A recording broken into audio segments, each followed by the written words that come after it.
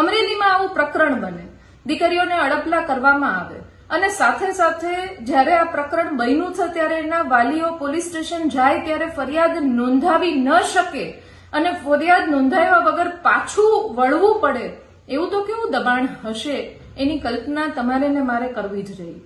કેટલી બધી દીકરીઓની જિંદગી સાથે ખિલવાડ થયો હશે એ પણ કલ્પના ગભરાવી મૂકે, ડરાવી મૂકે એવી છે. ખૂબ બધા વાલીઓનો ફોન આવ્યો કે અમારી દીકરીને પણ આવી રીતના ક્યાંક પીએચડી બનાવી દઈશ, ક્યાંક ડિગ્રી અપાવી દઈશ, ક્યાંક તને પ્રમોશન કરાવી દઈશ, આવી અનેક લાલચો સાથે અનેક પ્રકારના શોષણો આવા પ્રકારના જે હોદ્દાઓ ઉપર બેઠેલા હોય એવા લોકોએ કરેલા છે. અને આવી વાતો જયારે અમરેલી જેવા નાના સિટીમાં થાય, નાના ટાઉનમાં થાય અને સામે આવે અને ફરિયાદ પણ ન નોંધાવી શકે તો એ ખૂબ ગંભીર ઘટના કહી શકાય. આજે આ પ્રકરણ ક્યાંક ચર્ચામાં આવ્યું છે ખરું, પણ હજી સુધી એનો ભોગ બનનાર પીડિત દીકરીઓ બહાર આવી શકી નથી.